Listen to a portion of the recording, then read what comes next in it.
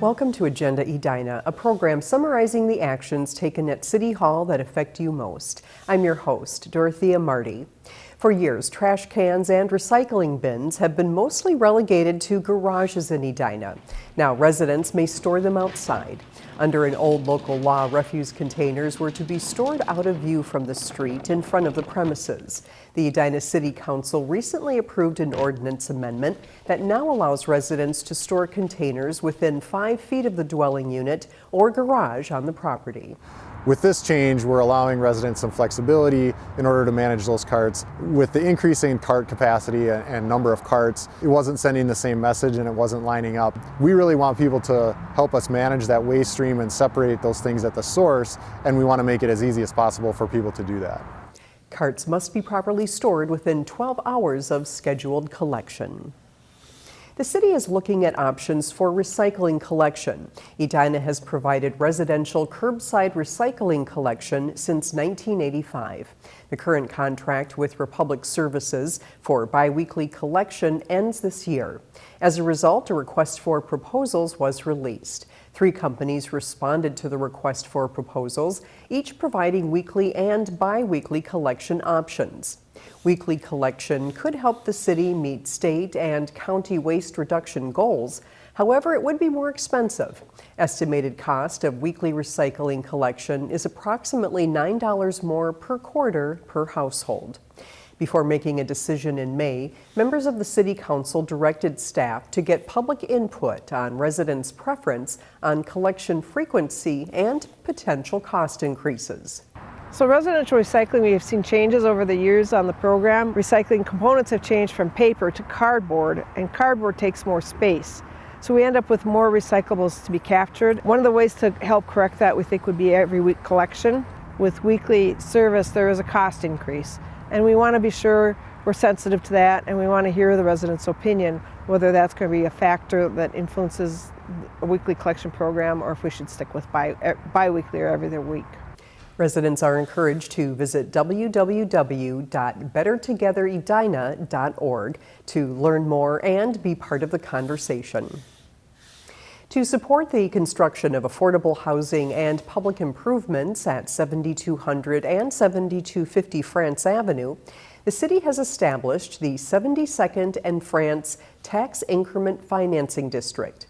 The existing buildings at 7200 and 7250 France Avenue will be raised and replaced with 2 6-story buildings with apartments and rental townhomes with underground parking. The plan also includes 10 for-sale townhouses that provide a buffer to the adjacent neighborhood. Up to 30,000 square feet of commercial space will also be included on the first level of the apartment buildings. The site plan preserves a large grove of mature trees and includes a north-south shared street, or WUNERF, to improve circulation in the area while hindering cut-through traffic. Extensive public realm improvements, including the WUNERF, an elevated public plaza, and street improvements to West 72nd Street are also included in the plan. Tax increment financing, or TIF, is an economic development financing tool used throughout the United States. It uses growth in the property tax base to fund private investments that deliver public benefit and public infrastructure.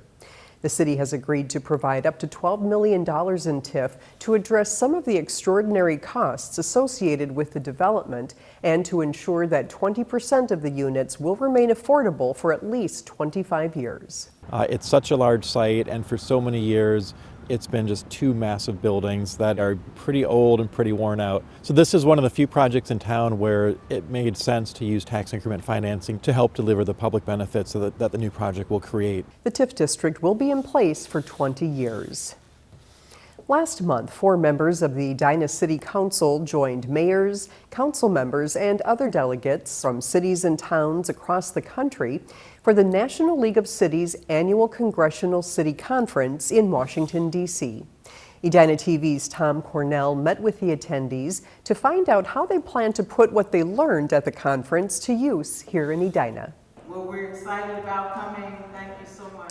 The National League of Cities conference in Washington, D.C. last week was, I think, especially illuminating to me. It was my first time participating in a conference of that kind. Most importantly, I think, is really the networking with other municipal elected officials throughout the country. New council member Ron Anderson was one of the delegates to the 2019 Congressional City Conference, along with Edina City Council members Mary Brindle, Mike Fisher, and Kevin Staunton. Each of them came home with some valuable precepts for local governing. The one thing that came through to me very, very clearly is the commonality of issues that first-tier suburbs face throughout our nation. How do you manage your water infrastructure? How do you deal with affordable housing?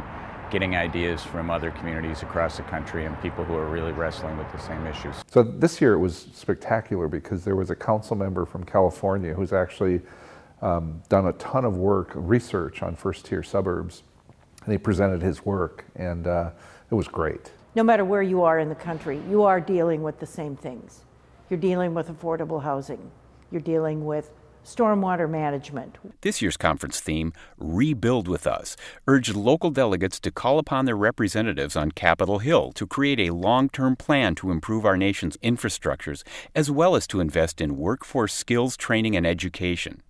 To that end, Edina delegates met with Minnesota congresspeople in their offices on Capitol Hill. You know, the primary focus of the conference isn't to fly to Washington, D.C. to go to a session on, ethics.